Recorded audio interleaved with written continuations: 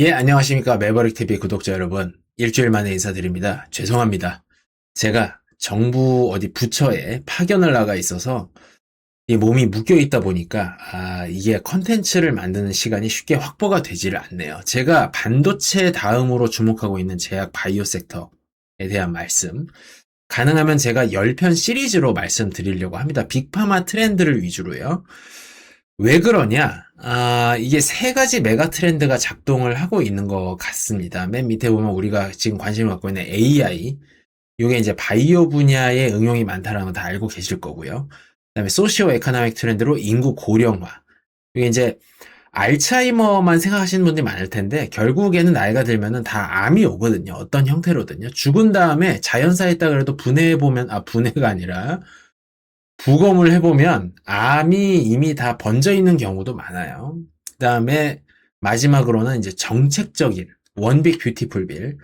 여러분들 반도체도 뭐 1년에 수백조 원 연구개발비를 지출을 하지만 제약 바이오도 그에 못지 않습니다. 인수합병이나 기술 라이센싱 이 분야를 합치면 사실은 전 세계에서 가장 기술 집약적인 산업 중에 하나, 거의 탑3에 들 수 있는, 그만큼 이러한 세액공제라든지 이런 것들이 중요한 부분이다. 이렇게 말씀드리겠습니다. 이제 엔비디아 놓쳐서 우리가 다 배가 아픈데, 다음 제약도 우리가 좀 생각을 해봐야 된다.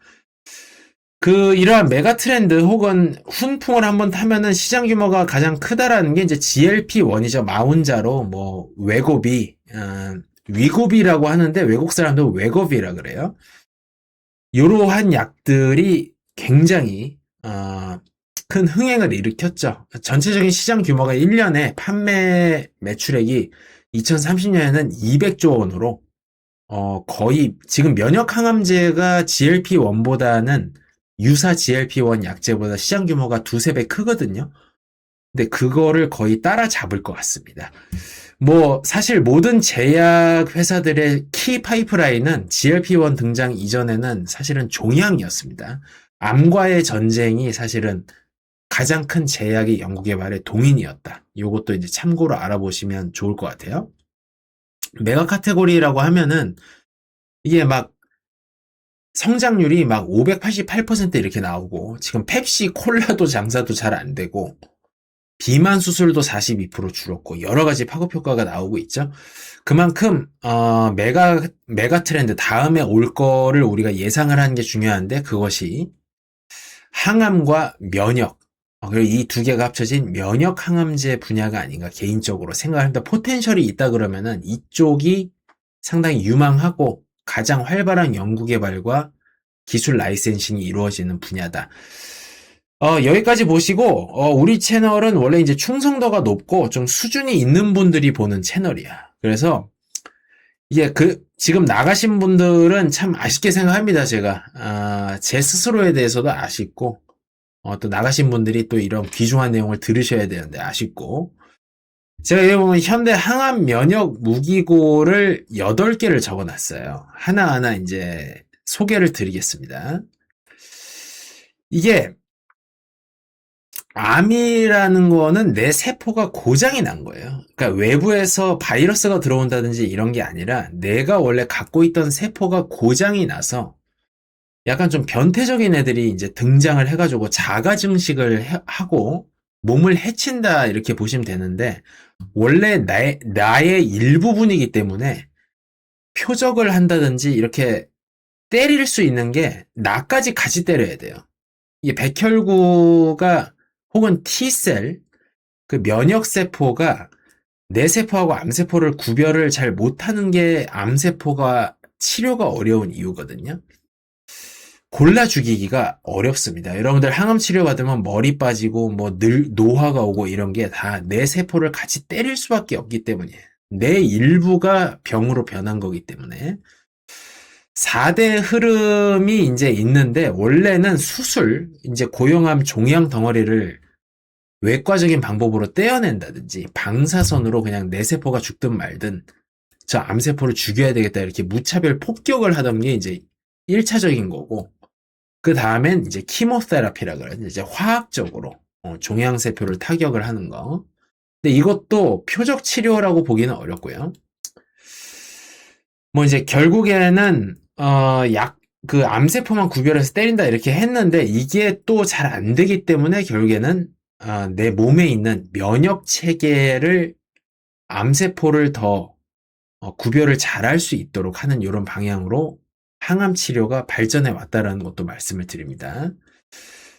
그래서 요즘의 항암 트렌드 혹은 기술 개발의 대세는 면역 항암제인데 내 면역 시스템을 교육시키거나 좀 도와줘가지고 암세포를 찾아서 때리는 건데 이제 요게 머크의 키투르다라는 약제 1년에 한 50조 돼요 매출이 약 하나가 이거의 원리를 설명을 드릴 거예요. 이제 면역세포 혹은 백혈구 우리 몸에 있는 것들이 돌아다니면서 신분증 체크를 합니다.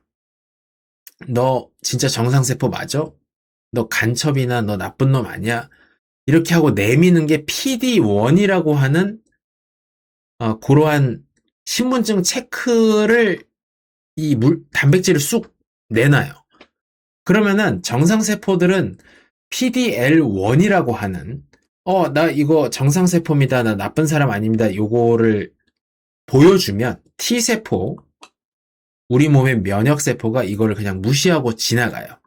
근데 암세포는 원래 내 세포이기 때문에 요 가짜 신분증을 갖고 있는 거예요. 그러니까 PDL1이라고 하는 요 PD1 식별자를 무마시킬 수 있는 거를 바로 내놓기 때문에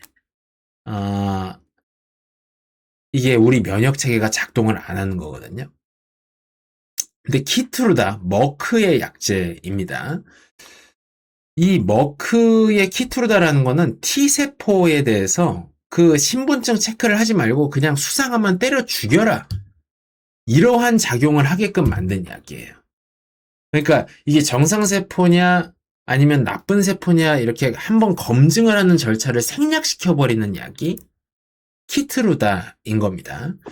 요거랑 비슷한 약제가 브리스톨 마이어스 스퀘브라는 회사가 있는데 이것도 빅파마 중에 하나예요. 여러분들 뭐 바이오에 관심 있으시거나 바이오 ETF 사면 항상 들어있는 종목 중에 하나입니다.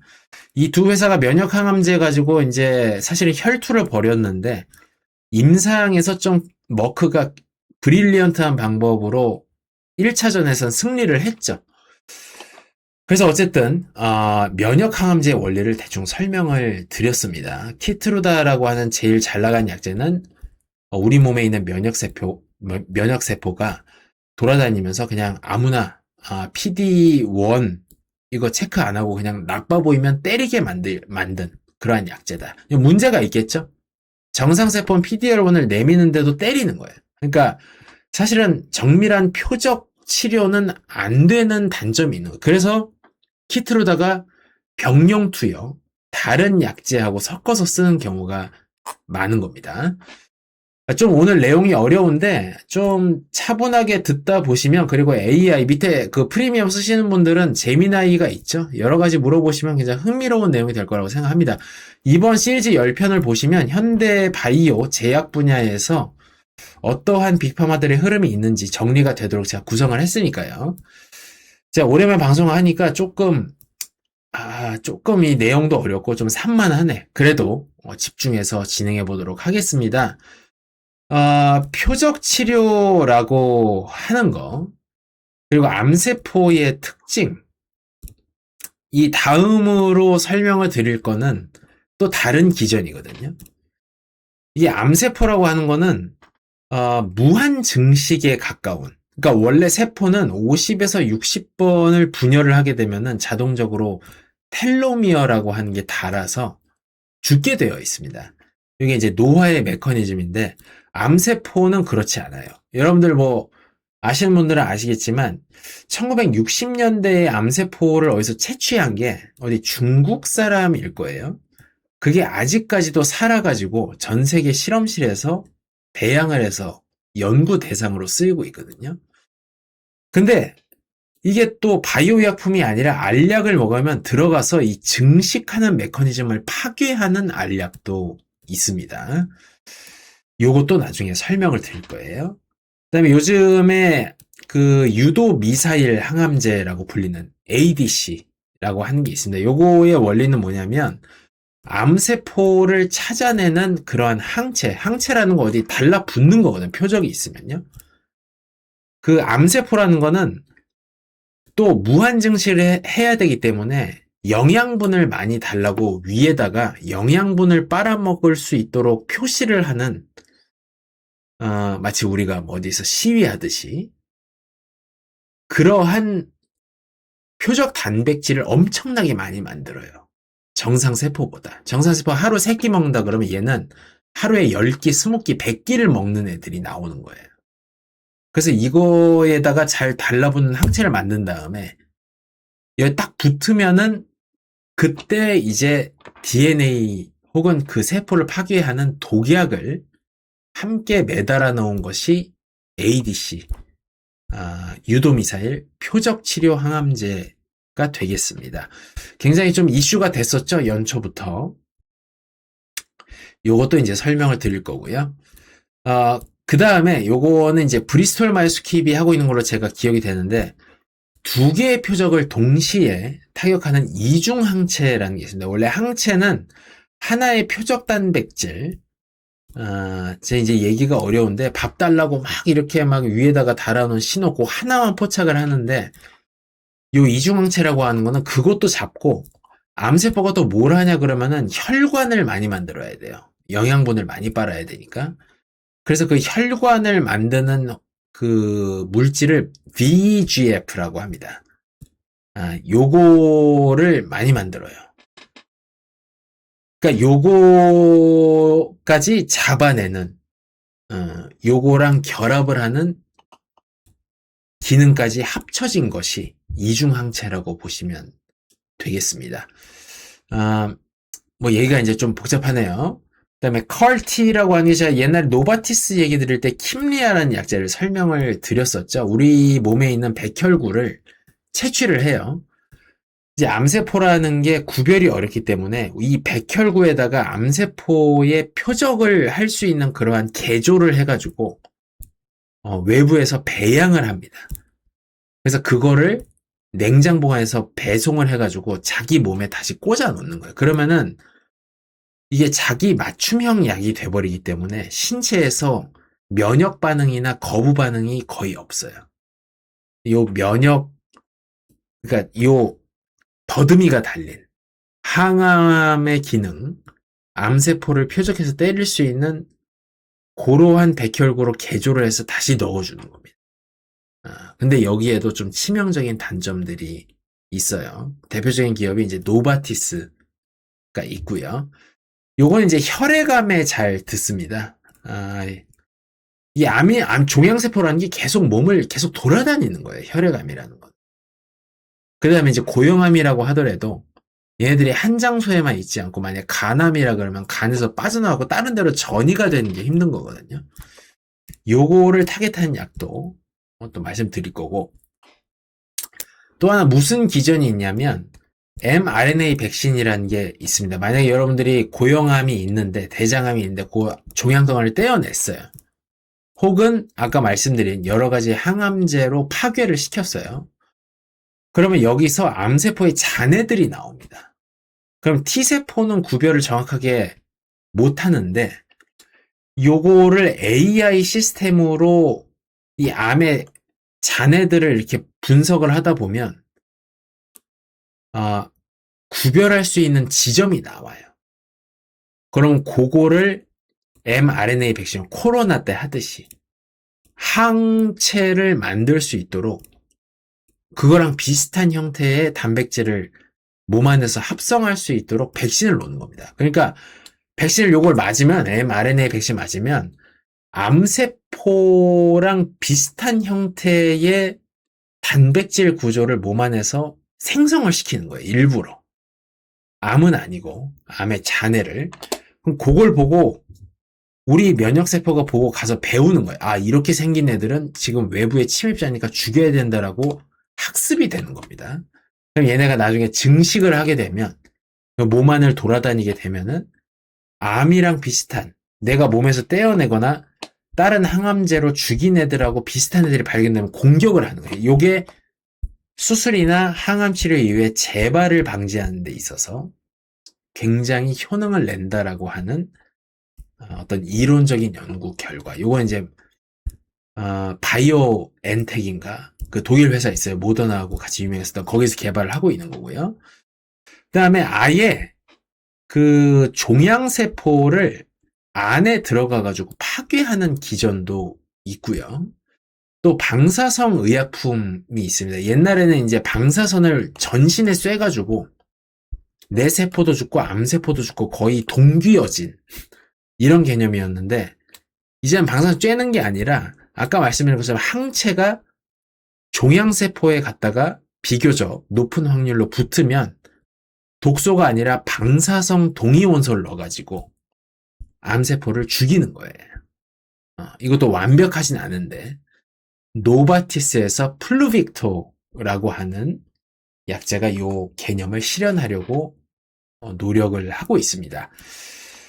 어쨌든 여기까지 보시면은 굉장히 내용이 어려운데 그래 대충 뭔지 아시겠죠? 이제 암세포라는 게 내 세포와 구별이 어려운 게 가장 이제 치료에서 어려운 건데 그거를 구별해내고 정밀하게 타격을 할 수 있는 내 면역 체계를 학습시키고 증강시키는 개념으로 종양 치료가 발전을 하고 있고 여기에서 주요한 기술 개념들을 알려드렸습니다. 근데 이게 꼭 항암제에만 쓰이는 건 아니고 심혈관계, 자가면역, 신경질환까지 이 동일한 기전을 활용할 수 있는 그러니까 하나의 플랫폼으로 다양한 질병군에 대해서 효과를 낼 수 있는 그러한 성격을 가지는 거죠. 그러니까 하나의 약제가 단지 하나의 종양에만 쓰이는 게 아니라 여러 종양, 자가면역, 심혈관계, 신경질환까지 확장이 돼서 블록버스터 의약품이 메가 블록버스터가 될 수 있는 이러한 쪽으로 빅파마들이 개발을 하고 있다 이렇게 보시면 되겠습니다. 그래서 오늘 8가지 말씀드렸습니다. 표적치료, 그 다음에 면역관문, PD-1, PD-L1. 여기서 말씀드릴 게 그 가짜 신분증이 한두 개가 아니에요. 거의 뭐 한 10개 넘게 있습니다. 그 다음에 유도미사일 항암제, 그 다음에 이중항체, 그 다음에 킴리아로 대표되는 컬티, 내 백혈구 개조하는 거, mRNA 백신, 단백질 분해, 방사성 의약품, 여기까지, 종양 치료제, 면역 항암제, 이런 것들이 사실은 지금 세계에서 가장 큰 시장이고 물밑에서 비만약이 주목을 받고 있는 사이에 많은 기술들이 개발되고 있다 이렇게 말씀드렸습니다. 제가 그래서 10편까지 가는 데 있어서 총 7개 회사를 소개를 드리려고 합니다. 다음 편도 다시 과학기술 개념을 먼저 설명을 드리려고 하고요. 다룰 기업들은 머크, 브리스톨 마이스퀼, 화이자, 그다음에 에비, 노보, 노디스크, 그다음에 노바티스, 로시오 밑에 3개는 유럽 회사들이죠. 스위스 출신들이죠. 참고로 이제 로슈라고 하는 거는 미국의 제넨텍을 인수하고 리캄비넌트 DNA 테크놀로지 유전자 재조합 기술 회사를 인수도 했죠. 제넨텍 본사는 아직도 캘리포니아에 있습니다. 그리고 맨 마지막으로 10편에서는 미국의 원빅 뷰티풀비라고 지금 주요국들하고 상호관세 협상을 하면서 약가를 올리라는 압박을 하고 있죠. 국내에서는 내리고 있지만 해외 매출 비중이 높은 빅파마들에게는 해외 매출이 증가하는 그런 긍정적인 효과가 있거든요. 그래서 약값을 국내에서 떨어뜨린다 그래서 그것도 사실은 최신 돈을 많이 벌 수 있는 첨단 의약품에는 별로 해당이 안 되는 경우도 많아요. 그래서 넷으로 따져보면 그리고 세액공제 혜택까지 합쳐보면은 분명히 구조적인 수혜가 많이 들어가는 곳이 제약 분야이다.